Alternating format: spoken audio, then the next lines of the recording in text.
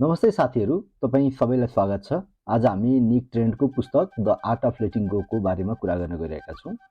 यो पुस्तकले आत्मबुझाइ र नियन्त्रण छोड्ने कला सिकाउँछ, जुन गहिरो तर अत्यन्त शक्तिशाली अनुभव हो। जब हामी आफूलाई राम्ररी बुझ्छौँ, तब हामीलाई थाहा हुन्छ कि हामीले कुन कुरालाई नियन्त्रण गर्न सक्छौँ र कुनलाई सक्दैनौँ।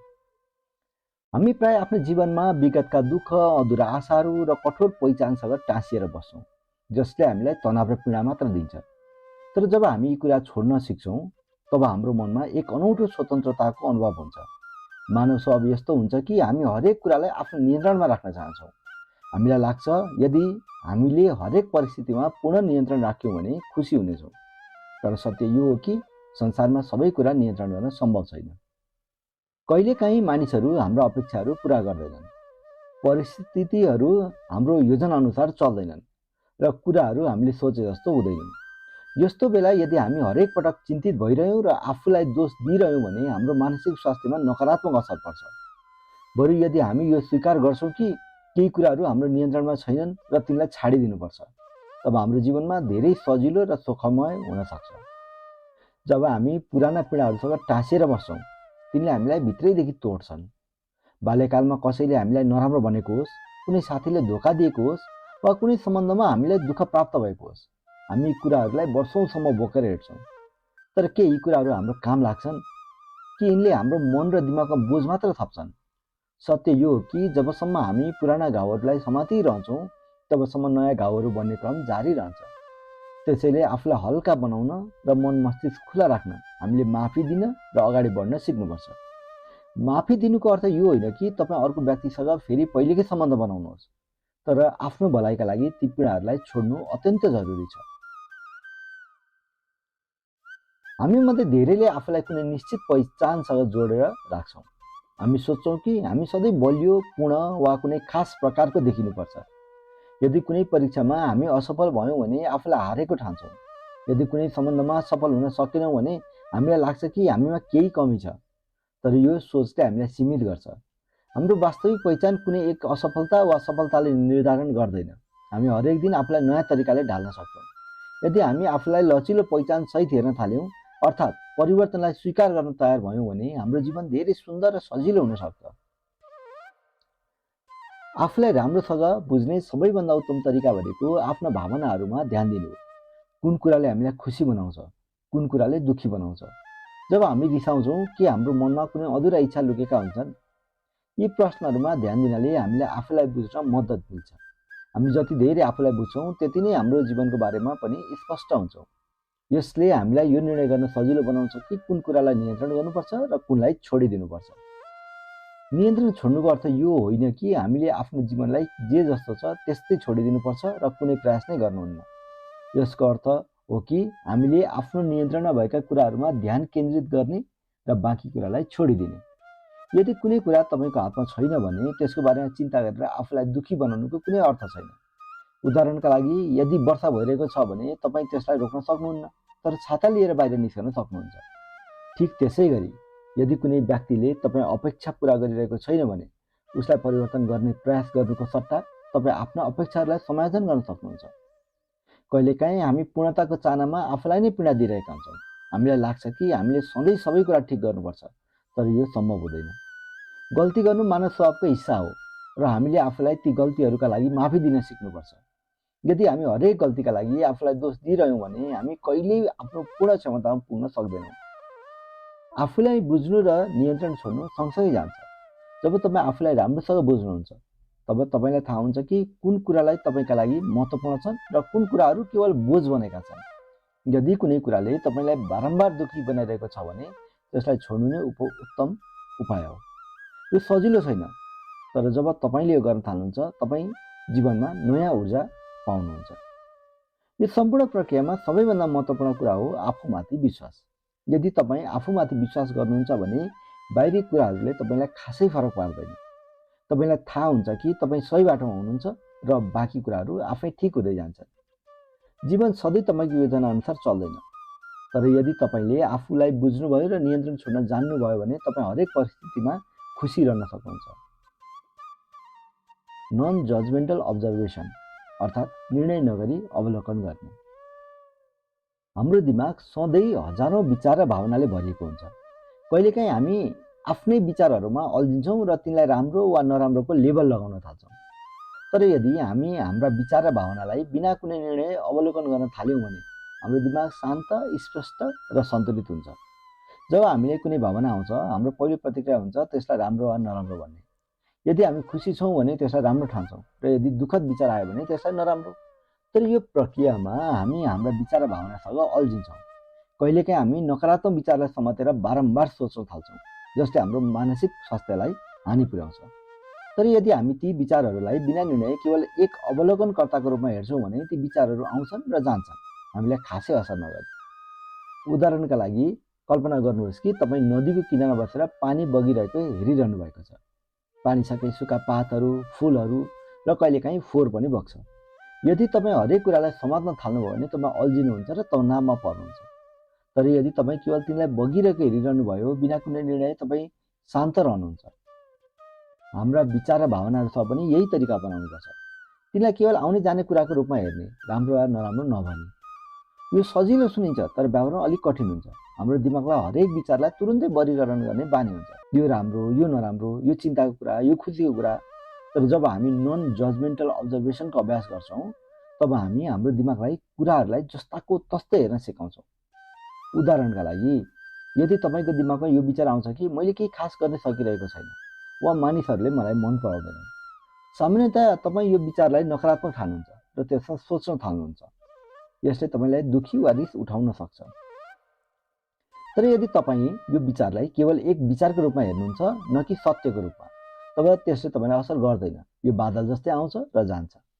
यो नियम भावनाहरूमा पनि लागू हुन्छ। कहिलेकाहीँ हामीलाई रिस, दुःख, डर वा लज्जा महसुस हुन्छ र हामी त्यसलाई नराम्रो ठान्छौँ। हामी त्यसलाई दबाउन खोज्छौँ वा त्यसबाट भाग्न खोज्छौँ। तर यसले ती भावनाहरूलाई झन् बलियो बनाउँछ। यदि हामी ती भावनाहरूलाई केवल अवलोकन गर्छौँ, तिनमा आउन जान दिन्छौँ, तब तिनले हामीलाई खासै असर गर्दैनन्।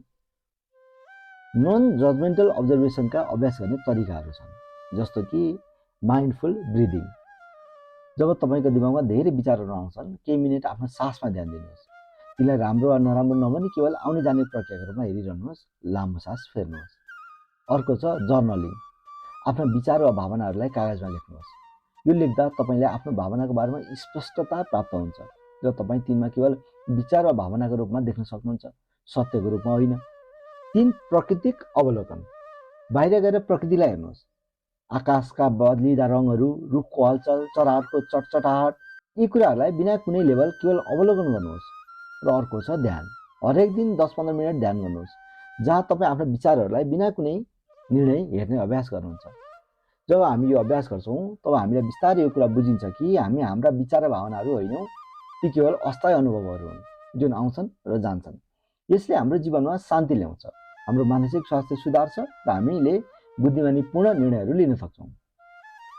नकारात्मक विश्वासलाई पनि हामीले परिवर्तन गर्नुपर्छ, किनभने हाम्रो दिमागमा बचपनदेखि नै विभिन्न विश्वासहरू भन्छन्। समाजप्रतिका, परिवारप्रतिका, साथीहरू र हाम्रा अनुभवहरूबाट। केही विश्वासहरूले हामीलाई अगाडि बढाउँछन्, तर केही विश्वासहरू यस्ता हुन्छन् जसले हामीलाई भित्रैदेखि कमजोर बनाउँछन्।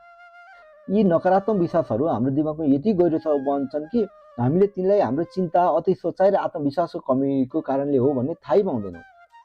जब हामी केही नयाँ गर्न खोज्छौँ वा कठिन परिस्थितिमा हुन्छौँ, हाम्रो दिमागले नकारात्मक विचारहरू दिन थाल्छ, जस्तै म कहिल्यै सफल हुन सक्दिनँ, मानिसहरूले मलाई मन पराउँदैनन्, यदि म असफल भएँ भने के होला, म त्यति राम्रो छैन जति हुनुपर्छ।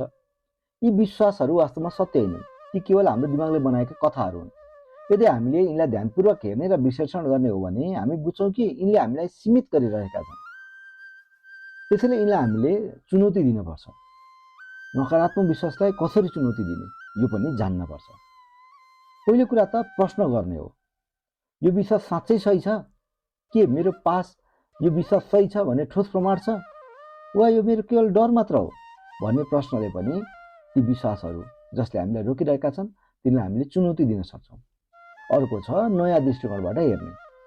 के म यो कुरालाई अर्को नजरियाबाट हेर्न सक्छु भनेर आफैसँग अर्को नजरिया खोज्ने।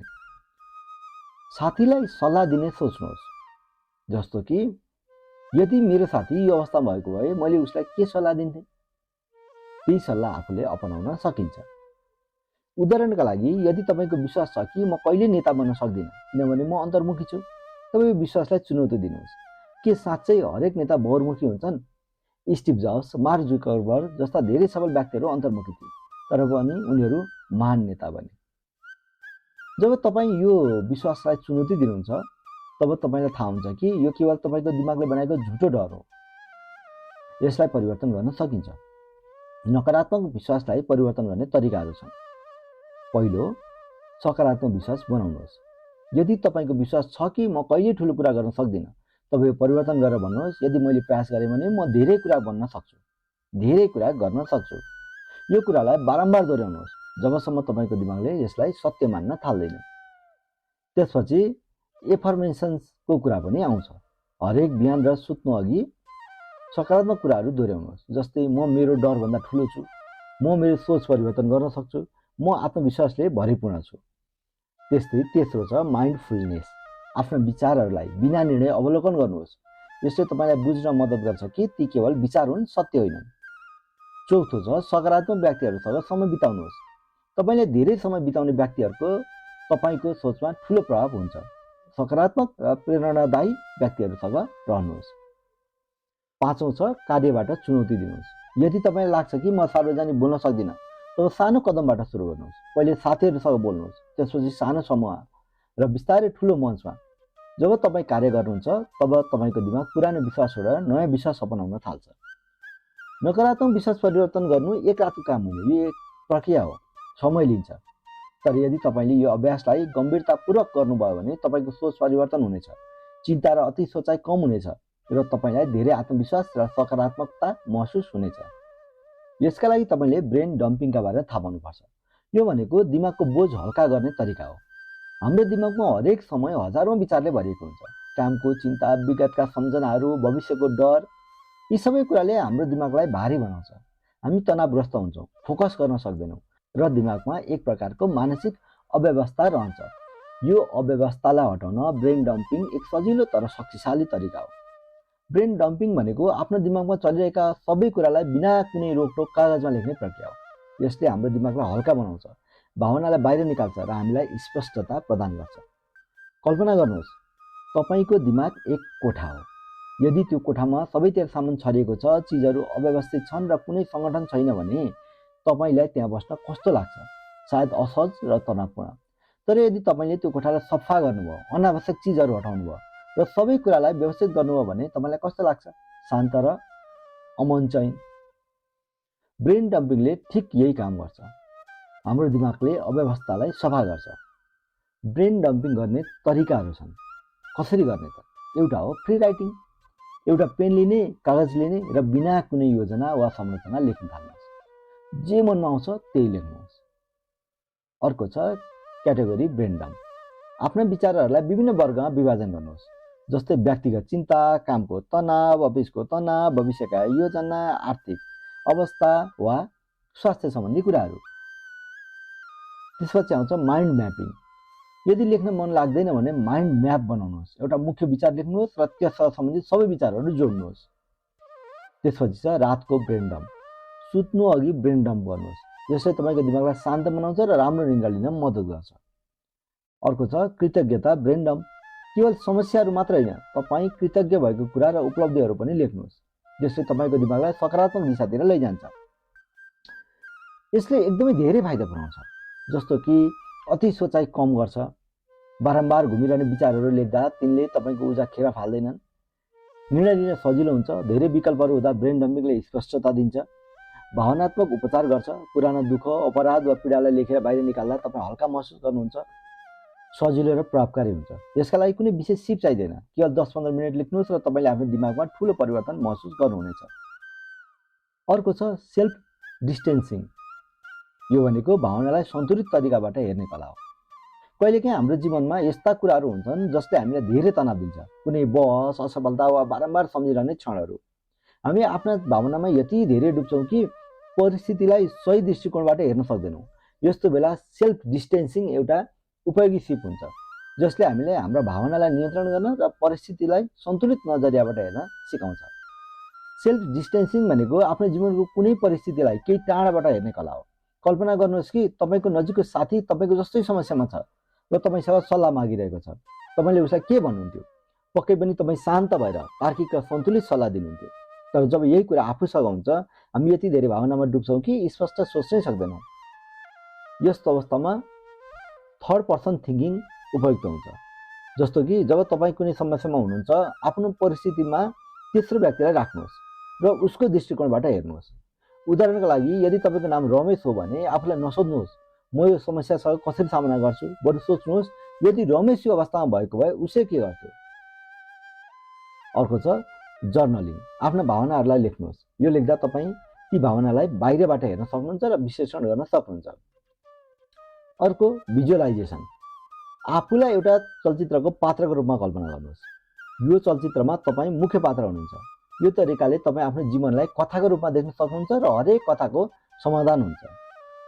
अर्को छ स्लो ब्रिदिङ र मेडिटेसन। जब हामी भावनामा डुब्छौँ, हाम्रो दिमागले छिटो प्रतिक्रिया दिन्छ। तर यदि हामी गहिरो सास फेर्छौँ वा ध्यान गर्छौँ भने हाम्रो दिमाग शान्त हुन्छ र हामी परिस्थितिलाई स्पष्ट रूपमा हेर्न सक्छौँ। त्यसपछि छ अरूसँग छलफल। आफ्ना समस्याहरूलाई कसैसँग छलफल गर्नुहोस्।